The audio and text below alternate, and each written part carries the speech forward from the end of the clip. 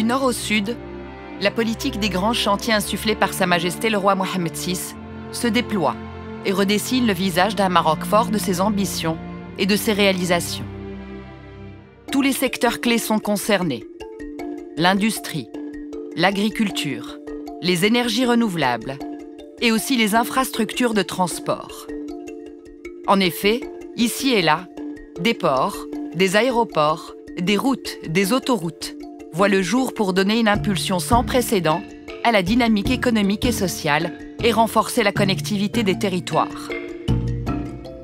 Et aujourd'hui, c'est au tour du secteur ferroviaire de révéler au grand jour sa mutation. De Tanger à Marrakech, des chantiers d'envergure ont été réalisés selon un programme arrêté pour le développement et l'augmentation de la capacité ferrée nationale.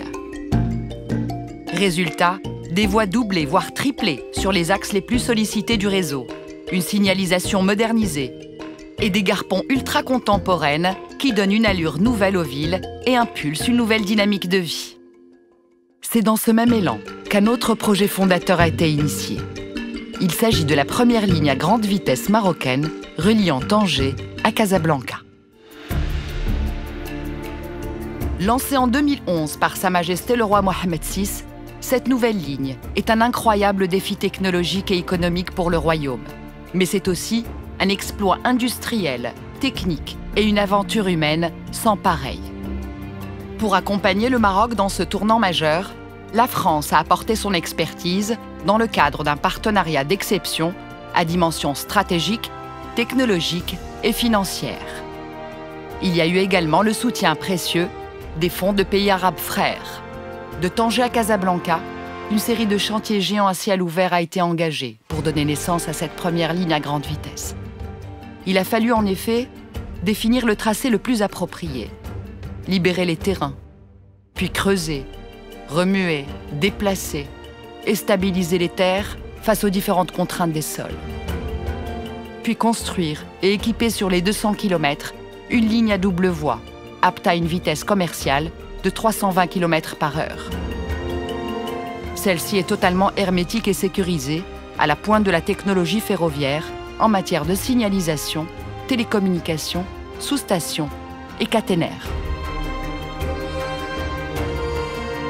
Ce sont des dizaines d'estacades, de ponts-routes, de ponts-rails, d'ouvrages hydrauliques et de viaducs qui ont redessiné le paysage. Et ces ouvrages d'art franchissent les routes, les autoroutes, les cours d'eau, les zones marécageuses et les canaux d'irrigation. Et ceci dans le strict respect de l'environnement et avec un accompagnement social et sociétal des riverains à travers des actions concrètes et ciblées.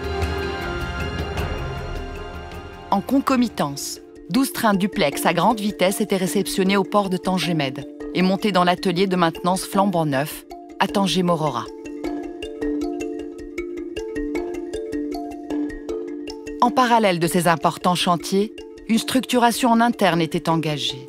L'ONCF se devait de préparer l'exploitation, mettre en place des procédures référentielles, concevoir une nouvelle offre, amorcer une refonte du système de vente et adopter une organisation humaine et matérielle pointue. C'est ainsi que des centaines de nouveaux collaborateurs, appartenant à différents corps de métier, ont été recrutés. Ils ont tous été formés à l'Institut de formation ferroviaire à Rabat, fruit d'un partenariat entre les réseaux ferrés français et marocains, où sont dispensées des formations d'excellence. Baptisé Al-Boraq, le cheval ailé, le train grande vitesse va bientôt débuter sa course et révéler par la même occasion tout le chemin parcouru par le secteur ferroviaire pour inscrire le Maroc et les Marocains dans un temps nouveau. Car avec la mise en service de l'ensemble des projets de modernisation du réseau existant et l'entrée en exploitation d'Al-Boraq, c'est une nouvelle ère qui s'annonce, sous le signe de la mobilité durable et accessible à tous.